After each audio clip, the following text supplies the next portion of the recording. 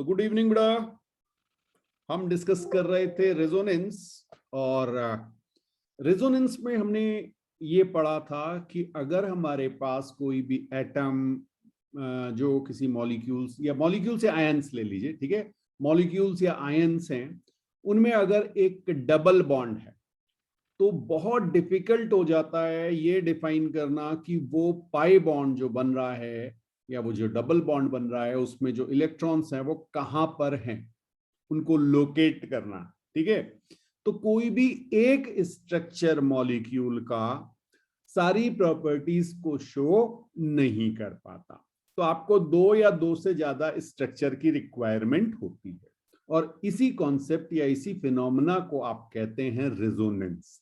और जो स्ट्रक्चर आप बनाते हैं उन्हें आप कहते हैं कैनोनिकल स्ट्रक्चर या रेजोनेटिंग स्ट्रक्चर, आरएस।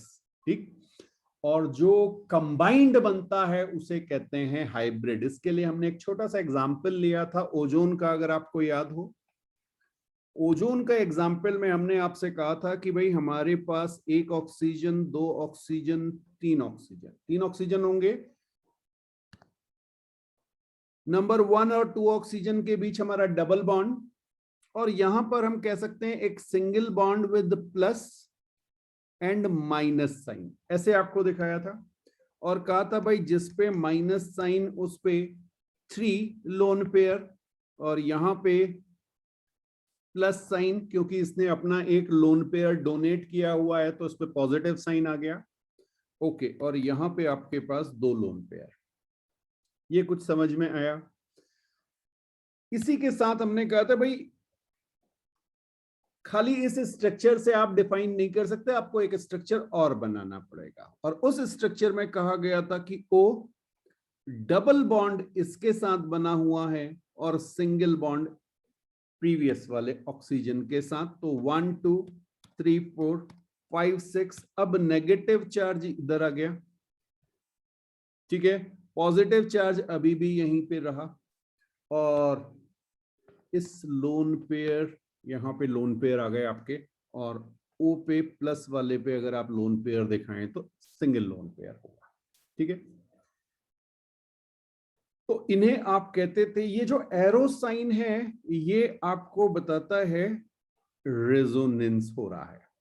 ठीक है, और ये जो दो स्ट्रक्चर आपको दिख रहे हैं इन्हें आप कहते थे कैनोनिकल स्ट्रक्चर्स या आरएस, रेजोनेटिंग स्ट्रक्चर। नाम समझिए पहले, बाकी सब चीजें बाद में। अगर नाम ही समझ में नहीं आएगा तो मैं क्या बोल रहा हूं वो कैसे समझ में आएगा आपको? तो इन्हें क्या कहेंगे? आरएस। ठीक है, इसके बाद आपने इन्हें कंबाइन करके हाँ एक मिक्स्ड स्ट्रक्चर बनाया था, और आपने कहा था सर ये सिंगल बॉन्ड होगा, ये सिंगल बॉन्ड होगा यहाँ पे, और इस तरह से पाई बॉन्ड जो है वो दोनों के बीच में पार्शियल होगा। क्लियर?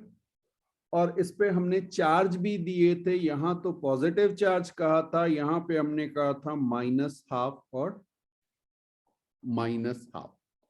नेट चार्ज 0 बेटा, ध्यान रखिएगा, नेट चार्ज 0 ही रहेगा जो आपके मॉलिक्यूल पे। इसे आपने नाम दिया था रेजोनेंस हाइब्रिड, आरएच भी कहते हैं या हाइब्रिड भी कहते हैं, रेजोनेंस हाइब्रिड नाम दिया गया।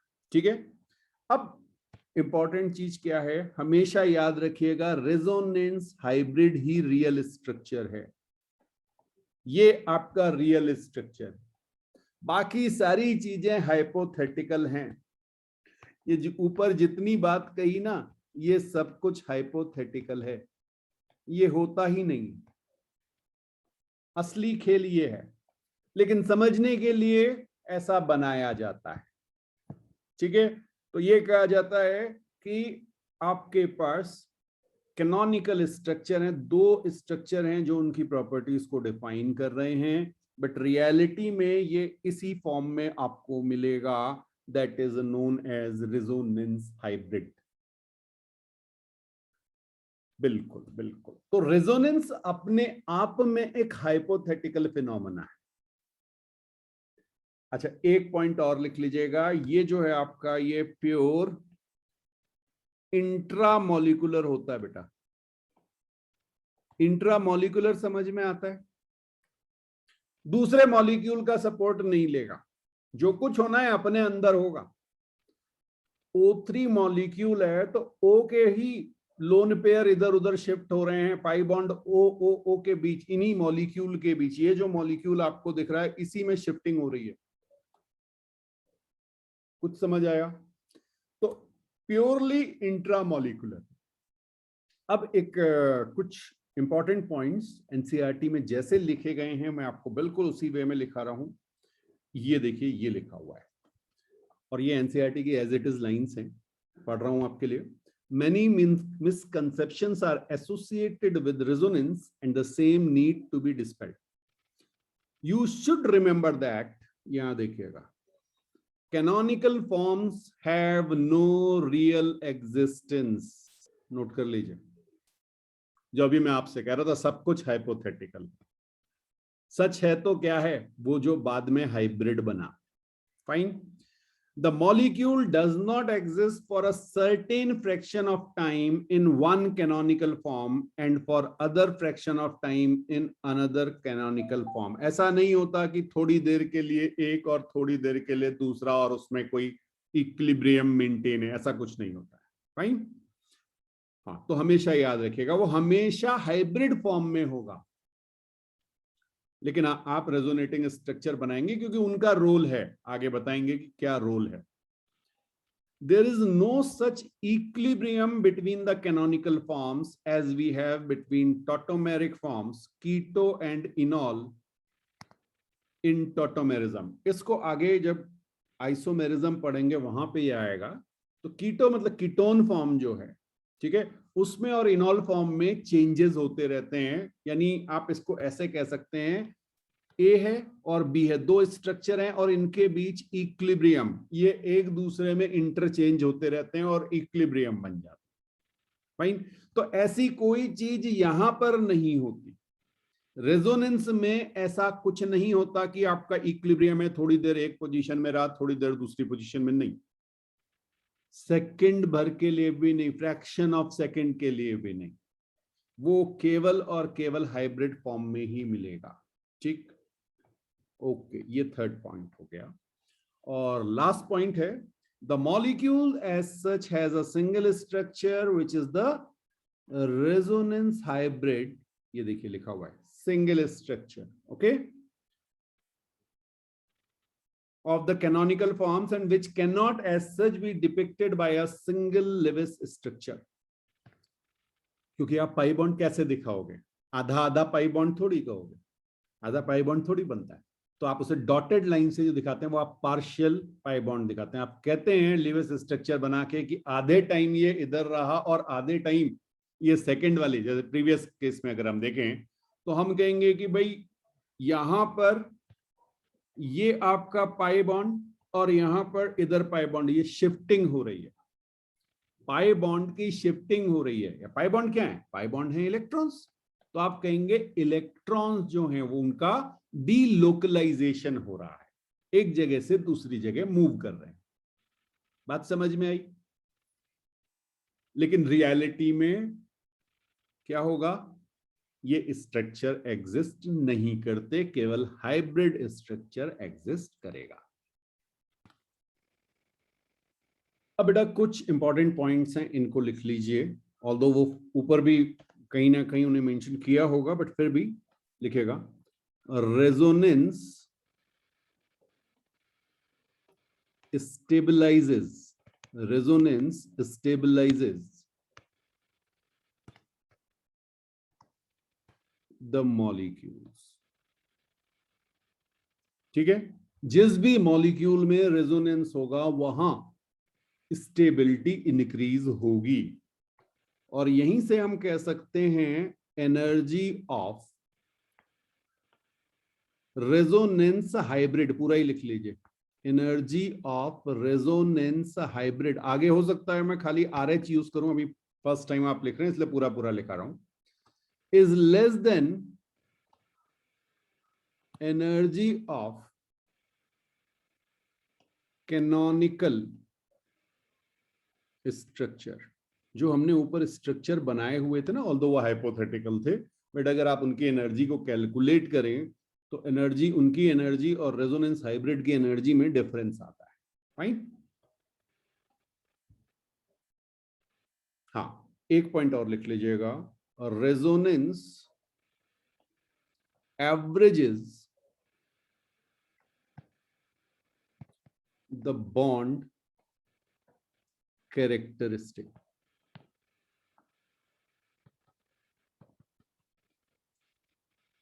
ठीक है, तो बॉन्ड की जो प्रॉपर्टीज होती हैं, बॉन्ड पैरामीटर्स हमने पढ़े थे, उनको एवरेज कर देता है। जैसे बॉन्ड लेंथ है, तो वो लास्ट टाइम भी हमने आपको बताया था कि वो ना तो वो सिंगल बॉन्ड रह जाता है, ना वो डबल बॉन्ड रह जाता है, वो बीच में कोई पोजीशन ले लेता है। क्लियर? हाँ, और एक बार बार हमने ये पॉइंट लिखा, एक बार और लिख लीजिए, रेजोनेंस हाइब्रिड जो है हमारा, रेजोनेंस हाइब्रिड यही रियल है, और रेजोनेंस भी जो फिनोमेना है, रेजोनेंस जो फिनोमेना है वो हाइपोथेटिकल। ठीक, हाइपोथेटिकल को आप ऐसे एज्यूम कर सकते हैं कि किसी ने देखा नहीं टाइप। अब केमिस्ट्री में आप कहोगे सर वैसे तो आपने इलेक्ट्रॉन भी नहीं देखा, बट आप उस चीज को एक्सप्लेन नहीं कर पाएंगे। राइट? अब एक पॉइंट बड़े ध्यान से समझिएगा, क्योंकि आगे बहुत यूज में आना, ये जो हम एरो बना के आपको दिखाते हैं। मान लीजिए मेरे पास दो एटम हैं और इन्होंने दोनों ने एक कोवेलेंट बॉन्ड बनाया हुआ है। ठीक है, कोवेलेंट बॉन्ड बनाया हुआ। अब देखिएगा, मान लीजिए मैंने आपसे कहा कि भाई इन्होंने अपने एक एक इलेक्ट्रॉन जो है वो शेयर किए हुए। बार बार मैंने पहले भी आपसे एक चीज बोली है कि एक तो आपको लोन पेयर का ध्यान होना चाहिए। ठीक है, अभी मैं जनरल ए बी ले रहा हूं, तो मैं अभी आपको लोन पेयर में इंटरेस्ट शो नहीं कर रहा हूं, क्योंकि मुझे इंटरेस्ट अभी किसमें है, वो एरो वाली चीज दिखाने में। ठीक, तो अगर मैं आपसे कहूं कि मान लीजिए मेरे ये बॉन्ड जो है वो इधर शिफ्ट हो गया, ये जो एरो दिखाने का मतलब है, इसका मतलब है ये जो मेरे दोनों इलेक्ट्रॉन थे, ये दोनों इलेक्ट्रॉन किसके पास चले गए, बी के पास। अब जरा सी सोचिएगा, जब हम बात कर रहे हैं कोवेलेंट बॉन्ड की, कोवेलेंट बॉन्ड की, तो इसमें एक इलेक्ट्रॉन ए का है और एक इलेक्ट्रॉन बी का है। ये बात समझ में आई? भाई दो इलेक्ट्रॉन आपको दिख रहे हैं, एक इलेक्ट्रॉन ए का है, एक बी का है। अब ये दोनों जब बी के पास जाएंगे तो बी पे कितना चार्ज आएगा? हाँ, मैं इसको ऐसे दिखा दे रहा हूं, बाकी जितने लोन पेयर वगैरह जो भी कुछ थे, लेकिन ये एक एडिशनल लोन पेयर आ गया और ये यहां पे ए था। हाँ जी, कोई बताएगा? बी पे कितना चार्ज आ गया? एक इलेक्ट्रॉन इसने खींच लिया बेटा, तो ये आपका नेगेटिव चार्ज आ गया। और इलेक्ट्रॉन गया किसके पास से? ए के पास से, तो ए पे क्या आ गया? Positive charge. साथ में ए के पास एक, ऐसे दिखेगा नहीं आपको बट समझिए इस चीज को, ए के पास क्या बच गया? एक वैकेंट ऑर्बिटल। अरे उसी ऑर्बिटल में तो शेयरिंग हुई थी, तो वो खाली हो गया ना, वहां से इलेक्ट्रॉन निकल गया। तो एक इलेक्ट्रॉन निकल गया तो वो किसके पास चला गया? बी के पास। ठीक है, तो ये थोड़ा सा समझिएगा कि ये जिसके पास ये इलेक्ट्रॉन पेयर जा रहा है, एक तो उसके पास पहले से था, तो उस पर कैसा चार्ज आ जाएगा? Negative charge. और जिसके पास से इलेक्ट्रॉन गया उस पर कैसा चार्ज आ जाएगा? Positive charge. ठीक है,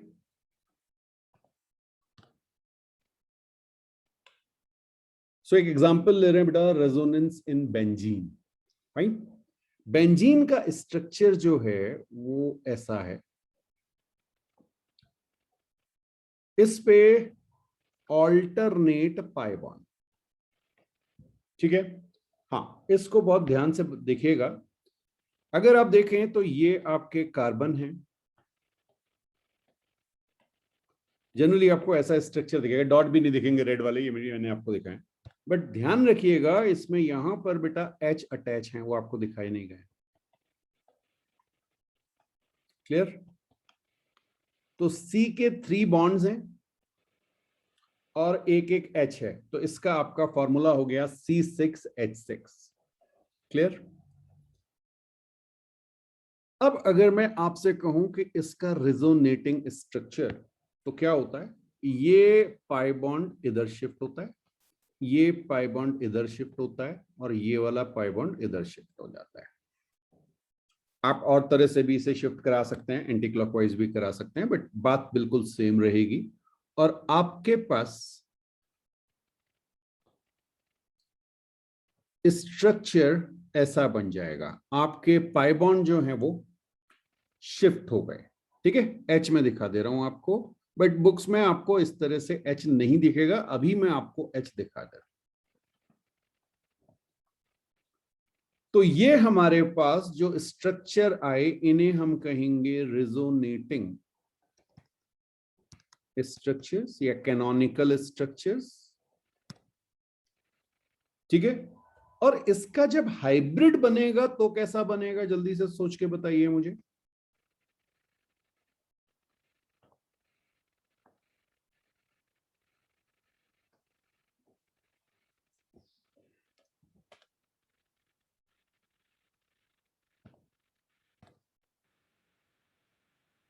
अब बेटा अगर आप इसका हाइब्रिड बनाएंगे तो हाइब्रिड ऐसे बनेगा, सिंगल बॉन्ड तो है सबके बीच, सारे कार्बन के बीच, हाँ ये डॉटेड लाइन, या इसका जो कॉमन आपको दिखेगा यहां बीच में ऐसे करके रिंग होगी, ये है आपका बेंजीन का हाइब्रिड। तो बेंजीन जब भी आपको दिखाया जाएगा C6H6, वो इस फॉर्म में दिखाया जाएगा, 3 पाई बॉन्ड है। अब आपको एक काम करना है, आपके पास जो कार्बन आपको दिख रहे हैं ना, इनका आपको हाइब्रिडाइजेशन कैलकुलेट करना है। हाँ, हाइब्रिडाइजेशन आपको सिखा चुका हूं बेटा। किसी भी कार्बन को ले लीजिए, सारे सिमिलर हैं, ठीक। तो जब आप कार्बन का हाइब्रिडाइजेशन देखेंगे, याद है ना मेथड क्या था? Number of sigma bonds. अब आपको सिग्मा बॉन्ड मेजर करना भी सिखाया हुआ है, काउंट करना सिखाया हुआ है, ठीक है। और लोन पेयर कार्बन पे होगा कि नहीं ये आप बताएंगे। ओके, तो स्टेरिक नंबर कितना आया? स्टेरिक नंबर आ गया, नंबर ऑफ सिग्मा बॉन्ड 3 है बेटा। भाई कार्बन के 4 बॉन्ड, एक पाई है, बाकी 3 सिग्मा है। दिख रहे हैं आपको सिग्मा 1 2 एंड 3, किसी भी कार्बन को ले लीजिए, 3 सिग्मा देख रहे हैं, और लोन पेयर आपके 0 हैं। तो स्टेरिक नंबर 3 का मतलब sp2 hybridised, sp2 hybridised, clear है? अच्छा, sp2 का शेप कितना, sp2 का शेप कैसा, sp2 का शेप कैसा? ट्राइगोनल प्लेनर, याद आया? 120 डिग्री का एंगल, sp2 का शेप ट्राइगोनल प्लेनर। हाँ जी, तो ट्राइगोनल प्लेनर जरा देखते हैं। अच्छा, उससे पहले एक काम और करें, जल्दी से आप मुझे जरा इसका इलेक्ट्रॉनिक कॉन्फ़िगरेशन बताइए कि sp2 अगर हाइब्रिडाइज होगा तो इलेक्ट्रॉन कैसे कैसे शिफ्ट, मतलब कहां कहां पर होंगे। चलिए मैं दिखा देता हूं आपको। कार्बन का आप इलेक्ट्रॉनिक कॉन्फ़िगरेशन लिखेंगे तो 6c है ना, तो आप कहेंगे भाई 1s2, फिर आपके पास आया 2s2, और फिर आपके पास आएगा p ऑर्बिटल, इसमें 2p2। हाँ, इलेक्ट्रॉन फिल करें, 1 2 1 2 1 1, 6 इलेक्ट्रॉन इस तरह से फिल होंगे। बट ये आपको पता है, ये आपका ग्राउंड स्टेट पे था, ये आपका ग्राउंड स्टेट पे था, ठीक है। एक्साइटेड स्टेट पे क्या हो जाएगा, एक्साइटेड स्टेट पे क्या हो जाएगा, 1s2 पे तो कोई फर्क नहीं पड़ेगा, ठीक है ना, केवल वैलेंशियल वाले हाइब्रिडाइज होते थे अगर आपको याद हो तो। ओके, ये सिचुएशन कुछ ऐसी होगी, आपका एक इलेक्ट्रॉन s से p पे जा चुका होगा, कोई डाउट? अच्छा, अब मैंने आपसे कहा कि हाइब्रिडाइजेशन है sp2, हाइब्रिडाइजेशन है sp2। ये बेटा चीजें समझ लीजिए, बहुत इंपॉर्टेंट। तो s और p के कोई दो, अभी हमने इन दोनों को ले लिया, बात समझ में आई? हाँ, px py ले लिया हमने, px py और s हमने ले लिया, इससे sp2 बन गया। एक क्या बचा? pz प्योर और वाइटल बचा। ये पहले भी मैं आपको करा चुका हूं और कई बार कराता रहूंगा जब तक आपको रट नहीं जाएगा। बात समझ में आ रही है? जितनी जल्दी पकड़ो बेटा उतना अच्छा। ठीक, अब जरा सोचिएगा कि अगर मैं आपको एक्स वाई प्लेन दिखाऊं, ये मेरा एक्स वाई प्लेन है, तो इसमें क्या होगा? चलिए इसको कुछ कलर दे देते हैं जिससे ये थोड़ा सा 3D वाला इफेक्ट हमें मिल जाए। हाँ, ये हमारे पास एक एक्स वाई प्लेन है। इसमें बेटा आपके पास 3 हाइब्रिड ऑर्बिटल ऐसे बने होंगे, सबके बीच एंगल 120 डिग्री का होगा। बात समझ में आ रही है? तो ये मेरे पास sp2 है, 1 2 एंड 3 ऑर्बिटल ये दिख रहे हैं आपको, क्लियर? और pz जो होगा ये रहा आपका प्योर ऑर्बिटल, ये pz प्योर ऑर्बिटल है। कुछ बात समझ में आई? हाँ या ना? अब जरा इलेक्ट्रॉन देखिए कहां कहां होंगे, एक इलेक्ट्रॉन, एक इलेक्ट्रॉन, एक इलेक्ट्रॉन, और एक इलेक्ट्रॉन आपका प्योर ऑर्बिटल में, कौन से? pz ऑर्बिटल में होगा। अनहाइब्रिड भी आप कह सकते हैं। हाइब्रिड वाले में तो 3 है ही, ठीक है ना? एक आपका अनहाइब्रिड में भी होगा इलेक्ट्रॉन। बात समझ में आ गई? तो अब बेटा मैं आपको ना बेंजीन का स्ट्रक्चर जरा सी दिखाने की कोशिश करता हूं। फाइन, ये जरा समझिएगा, ये है मेरे पास 6 कार्बन, कार्बन समझिएगा, ये मेरे कार्बन है, ठीक है? प्लीज ध्यान रखिएगा, शेप जो होता है वो ऑर्बिटल का होता है। अब मैं आपको ऑर्बिटल दिखा रहा हूं। देखिए ये जो आपको दिखाए गए हैं, यहां लिखा भी हुआ है p atomic orbital of benzene है, ये वो pz है जो प्योर ऑर्बिटल है, ठीक है?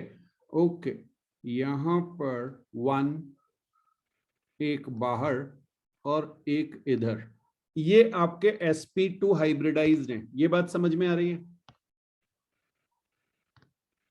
ओके, इसी तरह से साइड वाले कार्बन का 1 2 और ऐसे 3 हाइब्रिडाइज्ड होंगे, 1 2, एक इधर कहीं पे आ रहा होगा, ये 1 2, एक इसके पीछे की ओर गया होगा। ये सब एक प्लेन में होंगे। कितनों को ये बात समझ में आ रही है? 1 2 3, ठीक है? ओके, मैं अभी इसको रिमूव कर रहा हूं, ये सिर्फ मैंने आपको समझाने के लिए बताया था। हाँ जी, तो ये जो आपको प्लेन दिख रहा है, ये हेक्सागन जो है ना, ये प्लेन में है बेटा। ओके, कौन सा प्लेन है? एक्स वाई प्लेन मान लेते हैं अभी से, क्लियर? अच्छा जी, अब देखिएगा यहां पर आपके पास एक ऑर्बिटल जो था, इसमें आके आपका ये H आ गया, और यहां से आपके पास एक H का और एक C का इलेक्ट्रॉन शेयर हो गया, ये बना CH बॉन्ड। क्या बना? CH bond. ऐसा हर जगह बनेगा, यहां पे बनेगा, इधर बनेगा, इधर बनेगा, इधर बनेगा, और यहां पे बन जाएगा। तो C6H6 ये बन रहे हैं, क्लियर? कुछ समझ आ रहा है? ओके, ये तो मैंने आपको कौन सा CH सिग्मा बॉन्ड दिखाया, CH सिग्मा बॉन्ड।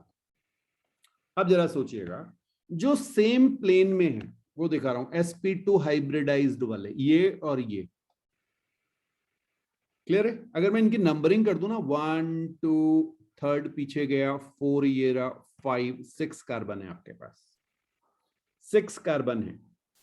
ओके, 1 2 का जो sp2 है, ये आपस में मिलके क्या बनाएंगे? Sigma bond, carbon carbon sigma bond इधर बन गया, ठीक है?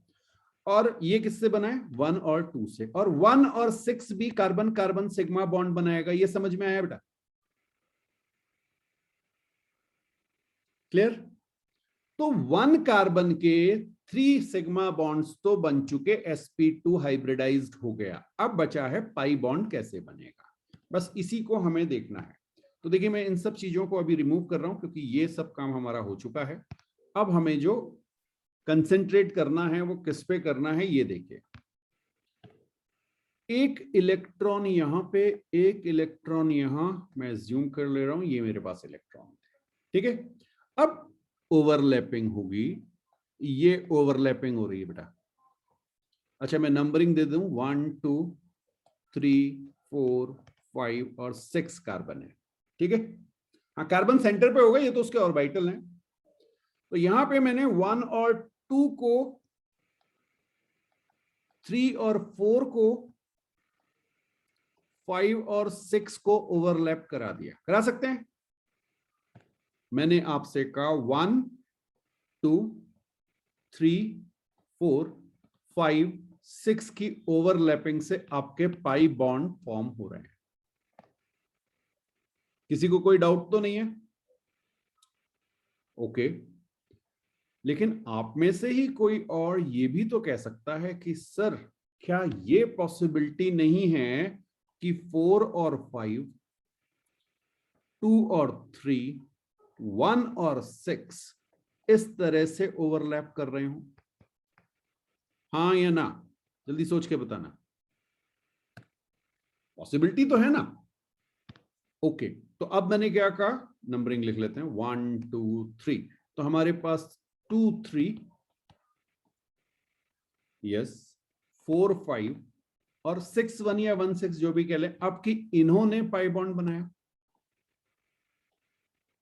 कुछ बात समझ में आई? हाँ अब बहुत इंपॉर्टेंट चीज, बिल्कुल आप ये कह सकते हैं। चलिए एक तो ये चीज हो गई कि 2 टाइप के स्ट्रक्चर हो गए, तो इन्हीं को आप कहते हैं रेजोनेटिंग स्ट्रक्चर, और आप ऐसे करके एक एरो दिखा देते हैं, ठीक। लेकिन अगर ये स्ट्रक्चर रियल हैं, अगर ये स्ट्रक्चर रियल हैं तो क्या होगा? तो क्या होगा, देखिए सी डबल बॉन्ड सी की जब हम बात करें, अच्छा मैं आपको बता देता हूं, चलिए CH3 ये बॉन्ड लेंथ लिख लीजिए, जरा बॉन्ड लेंथ लिख लीजिए, जस्ट 1.54 angstrom. C double bond H2 बना दीजिए इसको, ठीक है। यहाँ पे 1.34 एंगस्ट्रॉम, और C triple bond C H इसको कर दें, और ये हमारे पास 1.20 एंगस्ट्रॉम। क्लियर? ये हमारी बॉन्ड लेंथ है। क्लियर? अच्छा अब होता क्या है, जो एक्सपेरिमेंटली बेंजीन का जो स्ट्रक्चर आपको मिला, इसमें सारी बॉन्ड लेंथ सेम आती है, सारी बॉन्ड लेंथ सेम आती है। लेकिन जो आपने कैनोनिकल स्ट्रक्चर बनाए हैं उसके हिसाब से क्या होना चाहिए भाई? कोई भी एक ले लीजिए, चलिए कुछ ये छोटा, ये बड़ा, ये बड़ा, ये छोटा, ये छोटा, और ये बड़ा, कुछ ऐसा स्ट्रक्चर होना चाहिए। रेगुलर हेक्सागन तो हो ही नहीं सकता, क्यों? डबल बैंड छोटा है और सिंगल बॉन्ड बड़ा है। कुछ बात समझ में आई? ठीक है। हाँ स्ट्रक्चर होना तो ऐसा चाहिए था, लेकिन होता ही नहीं, ऐसा स्ट्रक्चर होता ही नहीं। स्ट्रक्चर कैसा होता है? सारी बॉन्ड लेंथ बराबर, सारी बॉन्ड लेंथ बराबर, इसका मतलब यहां पर पार्शियल पाई बॉन्ड बन रहा है, और ये बनता है हाइब्रिड आपका। कुछ बात समझ में आई? ठीक है। तो जब भी आपके, वैसे अभी इसको आगे हमें बहुत डिटेल में पढ़ना है कि कब रेजोनेंस होगा। हाँ बहुत बहुत सारे केसेस हैं, जब पाई पाई ऑल्टरनेट होंगे, ये तो मैंने दिखाई दिया आपको, बेंजीन में है पाई और पाई ऑल्टरनेट होंगे, ठीक है, बीच में एक सिंगल बॉन्ड आएगा। कंडीशंस भी आपको बताएंगे आगे।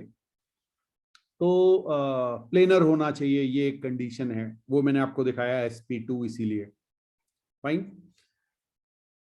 बिल्कुल।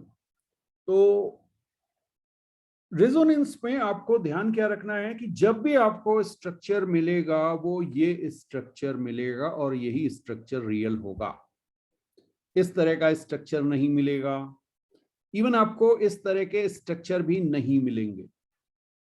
हाँ, हम बनाएंगे इनको, हम कहेंगे ये कैनोनिकल स्ट्रक्चर्स हैं, ये आरएस हैं, लेकिन हाइब्रिड ही रियल होगा। इसे आप कहेंगे रेजोनेंस हाइब्रिड।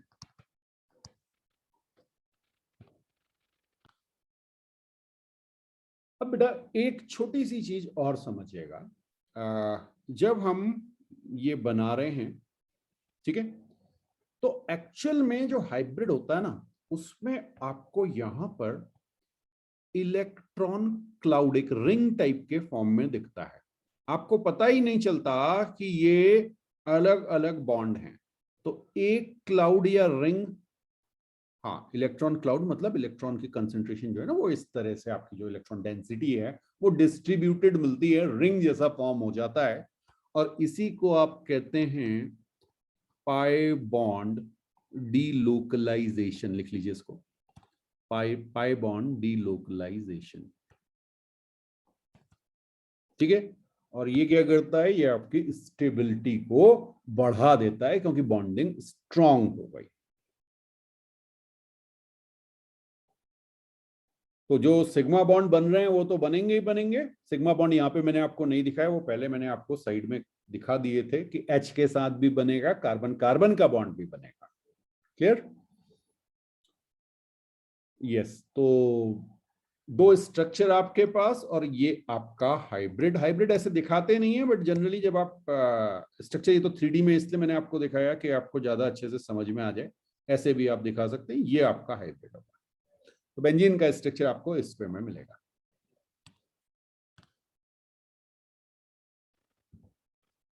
नेक्स्ट बेटा टॉपिक है आपका हाइड्रोजन बॉन्डिंग। ठीक, यहां पर पहले ही ब्रैकेट में लिख लीजिए, ये होती कब है, when H connected with F, O और N। बस इन 3 केसेस में आपको हाइड्रोजन बॉन्डिंग ट्रीट करनी है। ध्यान रखिएगा, और कोई नहीं, क्लोरीन नहीं, आयोडीन नहीं, कुछ नहीं, फ्लोरीन, ऑक्सीजन और नाइट्रोजन। अब होता क्या है, जरा इसकी बात करें। ठीक, तो जब आपका H जो है वो F, O या N के साथ कनेक्टेड होता है, F, O और N आपको पता है ये हाईली इलेक्ट्रोनेगेटिव एटम है, स्ट्रॉन्ग इलेक्ट्रोनेगेटिव एटम। ठीक है, तो ये क्या करते हैं, ये इलेक्ट्रॉन को अपनी ओर खींच लेते हैं। तो ये जब इलेक्ट्रॉन को अपनी ओर खींचते हैं तो आपके, जरा समझने की कोशिश करते हैं। मान लीजिए मैंने ऐसे बनाया HF, ये एक बॉन्ड बनाया, ठीक है, हाँ, कोवेलेंट बॉन्ड बन रहा है। ये आपके पास 2 इलेक्ट्रॉन हैं जो शेयर किए हुए। ये इलेक्ट्रॉन किधर खिंच गए, फ्लोरीन ने अपनी ओर खींच लिए। ओके, ये फ्लोरीन की ओर शिफ्ट हो गए। पूरा फ्लोरीन के नहीं, अभी भी हाइड्रोजन का कुछ है, ठीक है ना, हाँ, आयन नहीं बना, लेकिन यहां पर आपका पार्शियल नेगेटिव चार्ज आ गया और यहां पर आपका पार्शियल पॉजिटिव चार्ज आ गया। बात समझ में आई कुछ? अच्छा, आप ये भी कह सकते हैं कि क्या बन गया, डायपोल। डायपोल बन गया, ठीक है, इलेक्ट्रिक डायपोल बन गया। चार्ज एक और शिफ्ट हो गया, एक साइड पॉजिटिव हो गया, एक साइड नेगेटिव हो गया। पार्शियली सही, बट चार्ज तो डिस्ट्रीब्यूट हो गया। तो अगर चार्ज डिस्ट्रीब्यूट हो गया तो यहां पर आपके पास एक इलेक्ट्रिक डायपोल है। अब बेटा इसकी प्रेजेंस में जब कोई दूसरा डायपोल इसके पास में आएगा तो ये उसे क्या करेगा, या आप ऐसे समझ लीजिए, पॉजिटिव चार्ज नेगेटिव चार्ज को क्या करेगा, अट्रैक्ट करेगा, और इनके बीच एक बॉन्ड बन जाएगा। कैसे बनेगा वो बता रहे हैं, पहले लिख लीजिए, हाँ, पहले डेफिनेशन लिख लीजिए। The attractive electrostatic force between hydrogen atom which is attached, which is already covalently attached to a strong electronegative element, और इसमें आप चाहें तो ब्रैकेट में लिख लीजिए FON, fine, and electronegative atom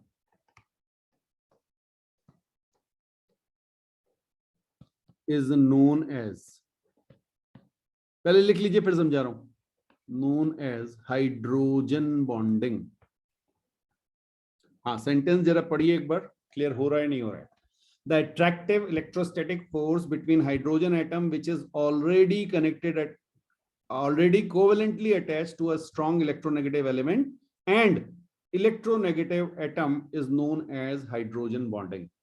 ठीक है, इसको जरा ब्रैकेट में कर लीजिए।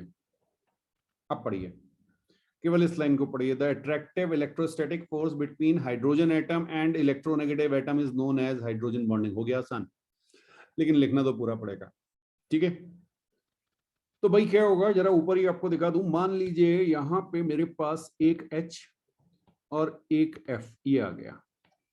H पे कैसा चार्ज, डेल्टा प्लस, F पे कैसा चार्ज, डेल्टा माइनस। क्या होगा, सोचो क्या होगा। ये डेल्टा माइनस डेल्टा प्लस को अपनी ओर खींचने लगेगा और इनके बीच एक बॉन्ड बन जाएगा। कुछ बात समझ में आई? तो यही है आपके हाइड्रोजन बॉन्डिंग। बिल्कुल, इसी को आप ऐसे भी कह सकते हैं। कहां पे और हो सकता है, एग्जाम्पल्स चाहें तो लिख लीजिए। H2O, H2O और HF।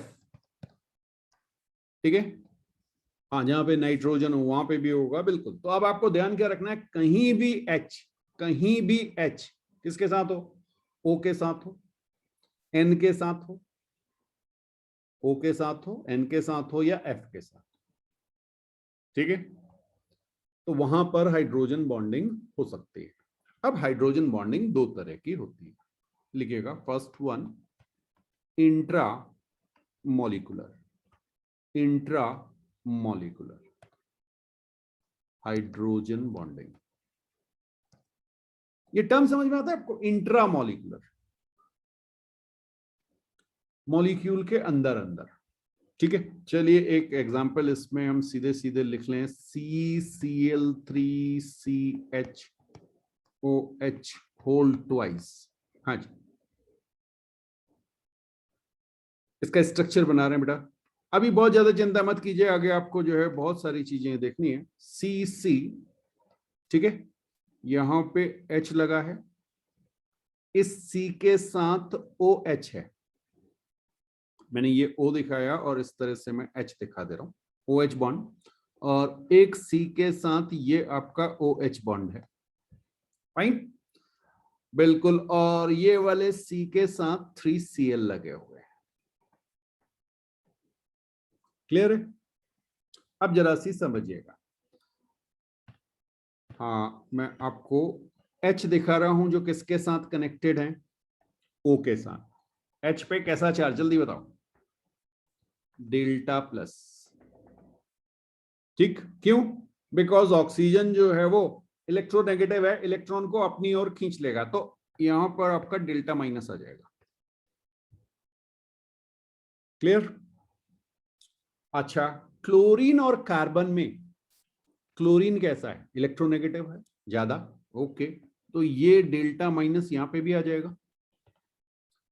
अब अगर आप देखें तो ये डेल्टा माइनस और डेल्टा प्लस, Cl और H के बीच एक बॉन्ड बन जाता है। ये ग्रीन कलर से मैंने आपको बॉन्ड दिखाया है, यही आपका क्या हो गया, हाइड्रोजन बॉन्डिंग। क्योंकि ये मॉलिक्यूल के अंदर के एटम्स पे है।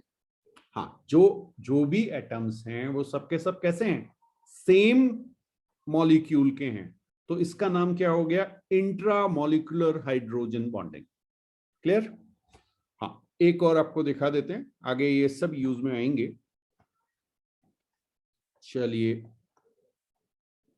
हाँ अभी नाम वाम की चिंता मत कीजिएगा, अभी बस ये समझ लीजिए कि कैसे आएगा। Okay, N double bond O, और ये हमने बनाया और इधर हमने लगा दिया ओ एच ग्रुप, एक एल्कोहल ग्रुप लगा हुआ है, एक NO2 ग्रुप लगा हुआ है। समझ में आ रहा है? अब जरा देखो बेटा, यहां पे डेल्टा प्लस, क्यों? बिकॉज यही H है जो हाइड्रोजन बॉन्डिंग बनाएगा, ऐसा H जो O के साथ कनेक्टेड। क्लियर? ऐसा H जो O के साथ कनेक्टेड। अच्छा, दूसरी ओर आप देखेंगे O और N, O और N में कौन ज्यादा इलेक्ट्रोनेगेटिव? ऑक्सीजन। तो ऑक्सीजन पे आ जाएगा डेल्टा माइनस, नाइट्रोजन पे आ जाएगा डेल्टा प्लस, और इनके बीच ये बॉन्डिंग बन जाएगी।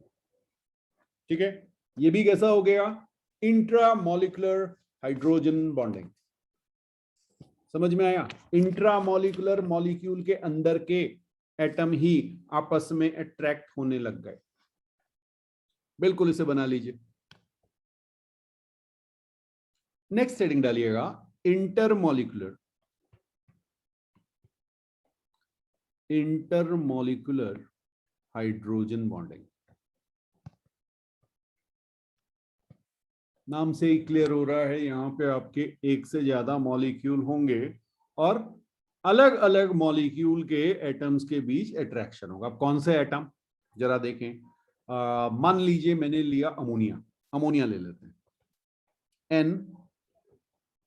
NHH, ठीक है, और साथ में एक लोन पेयर। कोई डाउट तो नहीं है? अच्छा जी, कौन ज्यादा इलेक्ट्रोनेगेटिव? नाइट्रोजन। तो नाइट्रोजन क्या करेगा, अपनी ओर इलेक्ट्रॉन्स को खींच लेगा, जो शेयर्ड इलेक्ट्रॉन है। तो यहाँ पे partial charge delta plus, delta plus, delta plus, और यहाँ पे डेल्टा माइनस। कई लोग कहते हैं sir delta plus delta minus 3 बार आएगा तो 3 डेल्टा माइनस, नहीं, ऐसे नहीं लिखा जाता। डेल्टा का मतलब ये पार्शियल, ठीक है, छोटा सा चार्ज जो है वो ट्रांसफर हुआ इधर उधर, तो वो पार्शियल है, वो एक इलेक्ट्रॉन भी नहीं है, वो शिफ्टिंग की वजह से आ रहा है। ठीक है, पूरा इलेक्ट्रॉन नहीं शिफ्ट हो रहा है। ओके, अब आपने देखा कि चलिए इसको ना मैं कॉपी कर लूं यहां से, जिससे ये मुझे बनाने में थोड़ी सी हेल्प मिले। ओके, ये देखिए, इसके बगल में मैंने एक मॉलिक्यूल लगा दिया। अब क्या होगा, ये माइनस नाइट्रोजन का, ये दिख रहा है आपको, और ये हाइड्रोजन, ये एक दूसरे को अट्रैक्ट करने लगेंगे, प्लस और माइनस चार्ज है, और इनके बीच एक बॉन्ड बन जाएगा। यही आपका क्या कहलाएगा, हाइड्रोजन बॉन्डिंग। अब आप देख रहे हैं कि यहां पर आपके पास ये एक मॉलिक्यूल था बेटा सेपरेट, और ये वाला दूसरा मॉलिक्यूल था। तो दो डिफरेंट मॉलिक्यूल्स हैं, दोनों अमोनिया के, बट उनके बीच अट्रैक्शन हुआ। ठीक है, तो अब ये इंट्रामॉलिक्यूलर नहीं कहलाएगा, क्या कहलाएगा, इंटरमॉलिक्यूलर। ठीक, बिल्कुल नोट कीजिए, इंटरमॉलिक्यूलर हाइड्रोजन बॉन्ड।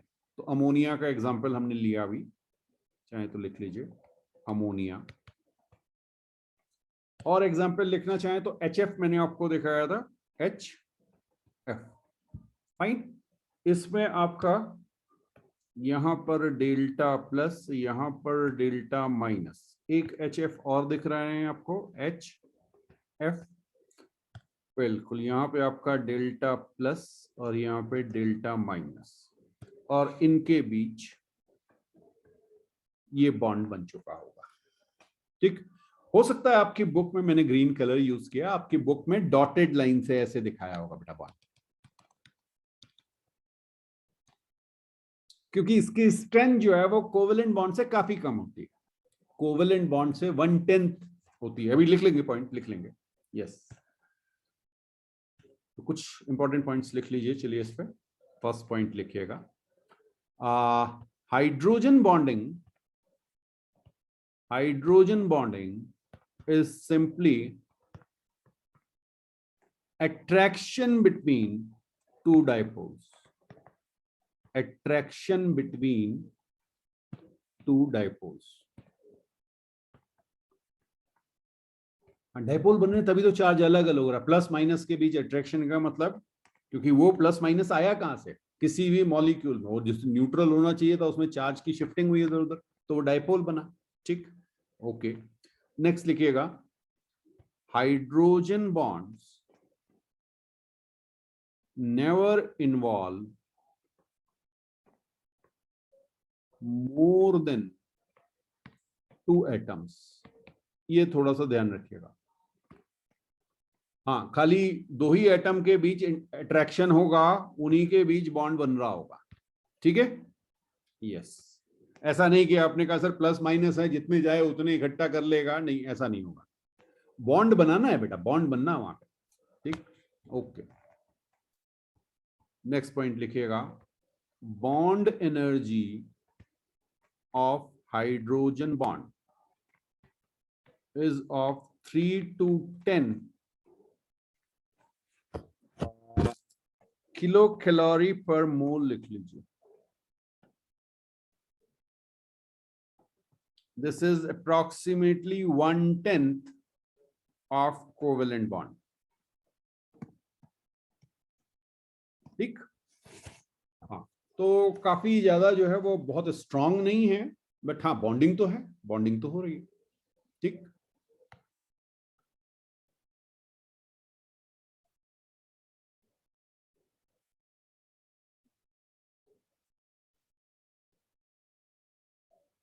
अच्छा. जब भी ना ये HX वाला जो होता है, XHX, इस तरह से जो आपका बॉन्ड बनेगा, सो यहां पे आप चाहें तो लिख लीजिए, all lie in one plane. Bonding तभी हो पाएगी जब ये एक ही प्लेन में होंगे. डिफरेंट प्लेन में होंगे तो फिर अट्रैक्शन नहीं होता है. ठीक है, तो सेम प्लेन में होना जरूरी है इनका.